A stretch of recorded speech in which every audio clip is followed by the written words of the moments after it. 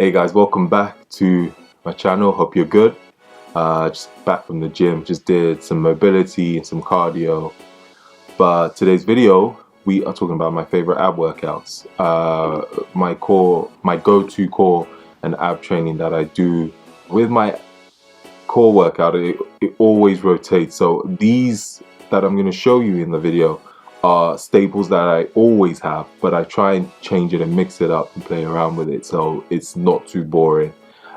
Keeps it more interesting. It's just like the arm workout I did. I'm going to show you individually what I do and explain a little bit of why I do them. However, when I do abs, I tend to do them as a giant set. So I'll probably do about 3 sets and giant sets of each for about 12 to 15 reps or 12 reps. You want to keep it simple. It's just to keep the intensity on training my abs. I always like to train them either before a session, so let's say before a bodybuilding session, or I make time to train them when I do my mobility workouts as well. If you're going to train your core and your abs, train them seriously. Train them as much as you would train your chest, your biceps. Put as much intensity into training your core as you do training every other body part. So prioritize them. Having a strong core, not just having abs, visible abs, but a strong core, which is all around the stomach, helps with overhead pressing, it helps with squats, helps with deadlifts. A lot of Olympic movements, we need a strong core. So let's get to the video and I'll explain to you my favorite workouts. So first workout, we are going to be doing the broom sweep. Now this is a classic that has been around for a while. I do these to target my obliques. Now a lot of people tend to use weights to do obliques, so side crunches. I don't do that. I don't do anything that's weighted when it comes to oblique sessions. Every time I twist either to the left or the right, take a deep breath in before you twist and then out and squeeze your obliques hard you can every time you twist. So making sure that you're not just going through the motions, you are actually contracting the muscle, especially your obliques, every time you twist to the left or to the right. I usually tend to do about 3 sets of these and stick to about, I would say, 12. So alternating each side. The hanging leg raises is a pretty difficult one for a lot of people, but if you can get this right, it's great for developing your core. So keeping your legs straight, taking a deep breath in before you go up, before you take your legs up, and deep breath out. Now I like to take my legs all the way up, almost towards the bar. I can really work my core a lot more by taking my legs all the way up. Try not to swing too much. That's another rule. Too many people swing a lot on this workout, so try and keep it nice and controlled. Contract your lats because that would help you stay up.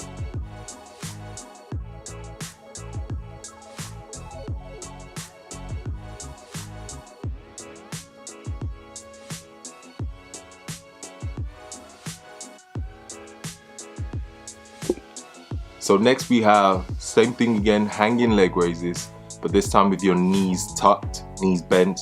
Now this is slightly easier, a slightly easier version. Again, keeping it nice and controlled. Focus on your breathing. Out when you go up, in when you come down. Simple. Now a great alternative to these two, if you can't hang off the bar, is doing them on the mats to start. So same thing, straight leg raises and knees bent leg raises. Those can be done on the mats if you struggle with hanging off a bar. You have the barbell rollouts. It is very similar to a stability ball rollout on your knees and the ab wheel rollout, but I like to use the barbell. So when you roll the bar all the way out, take a deep breath out, and when you roll the bar in, take a deep breath in. Now try and keep the eccentric phase, so when you roll out the bar, slow it down. Again, 2 to 3 seconds tempo. Nice and slow when you roll it out, and then in as quick as you can. So out nice and slow. With the rollouts, it really works your core, really targets your core. If you haven't done these before, try it. It is brutal. I would even sometimes take the tempo to a 5-second tempo when I'm going all the way down.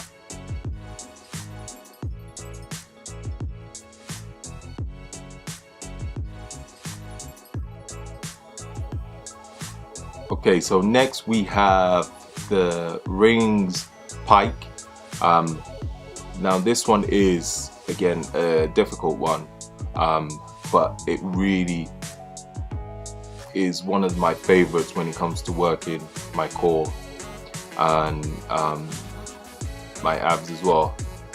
It's a tricky movement to do. I'm using the rings, but you can use a stability ball as well to do these if you find it difficult to use the rings, or you can use a TRX rope. With this, again, tempo is key. So make sure when you go up, you breathe in, keep it nice and steady. When you go out, you breathe out, and then you come all the way out. So you want to try and make sure that your whole body is aligned in a straight line when you come back down. Again, nice and controlled, keeping the tempo again to about 2 to 3. I would also, with where I place my hands, I always try and make sure that I place them shoulder width apart. But these are amazing for your core. So if you haven't done these, try them. You can start with a stability ball, and then you can, progress up to using the rings. Next, we come to the V-ups. Now this, you are going to be starting with your feet off the floor, your hands off the floor, as you can see in the video, and you will slowly try and bring those two together. So feet off the floor, hands off the floor, and come up and meet with each other. So deep breath in when you're down, and breathe out when you come up. When you breathe out when you come up, squeeze your abs. So deep breath in and out when you come up. Again, try and keep the tempo nice and controlled. No rushing it, no rushing the movement. That's one of the most important things I would say when it comes to core. Don't rush the movements.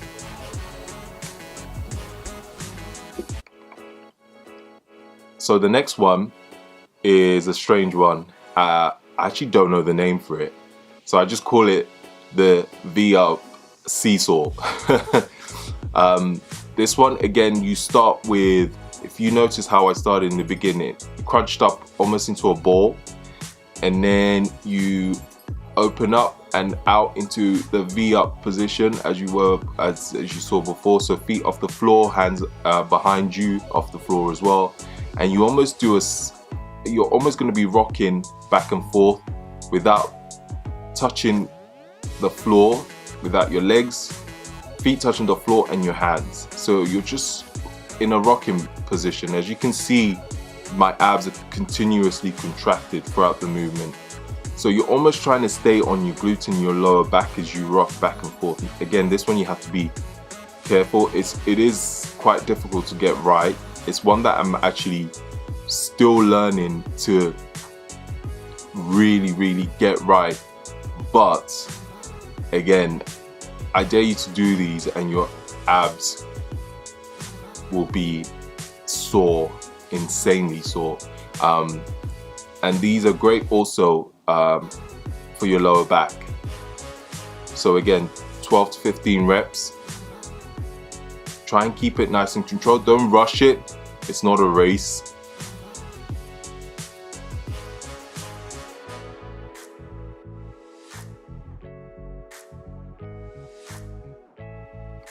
So next we have the Superman, which is a great core workout that I love doing.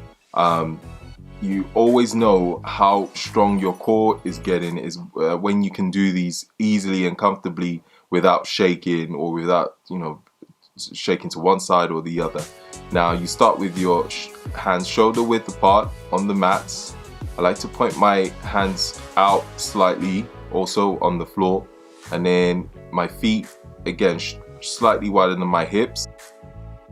So you want to take up your right arm and your left leg at the same time. Now again, if this is one that I'm still trying to get 100% right, but it's far better. It's such a great test to how strong your core is getting. Again, so try and do these. I try and keep to about 12 reps, alternate each side, or you can stick to one side and you do 6 on one side and then change to do 6 on the other side. If you want to make this harder, someone told me to do this and I thought it was ridiculous, but close your eyes and do them. It makes it a lot more difficult, but actually makes you focus a lot more on the movement. What I've also done is put an easier version. So this one will be on your knees. Same principle. And then when you can really get the hang of it on the easier version, you can progress up to the harder version. So the Superman.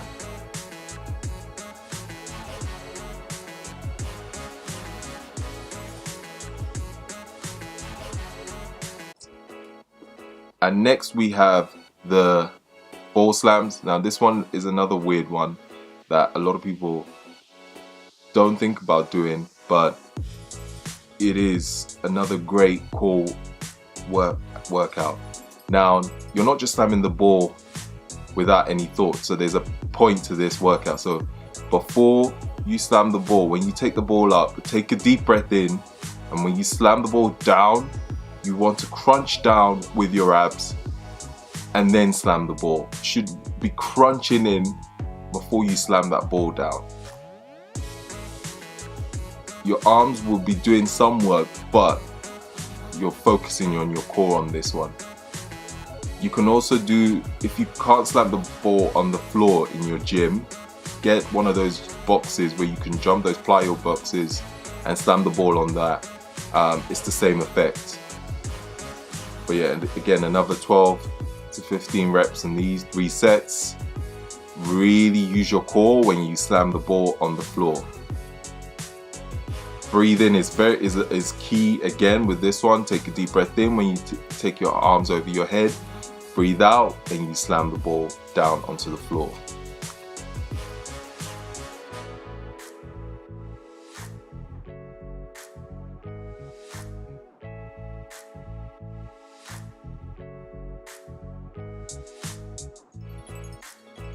So there you have it. Before I sign off, just again reiterate the point of it's not a race when you're training your core. Intensity, yes, but time and attention is very important when you train your core and your abs. Train them just as hard as you will train every body part, so remember that.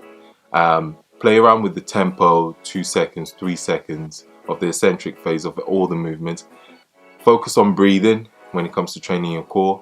That's another one that's very important. And finally, if you're finding certain movements difficult, I suggest, start with an easier version, as I've explained on some of the workouts, and then build up to a more difficult, the more challenging part of the workout. So don't, try and force certain movements if it doesn't feel right.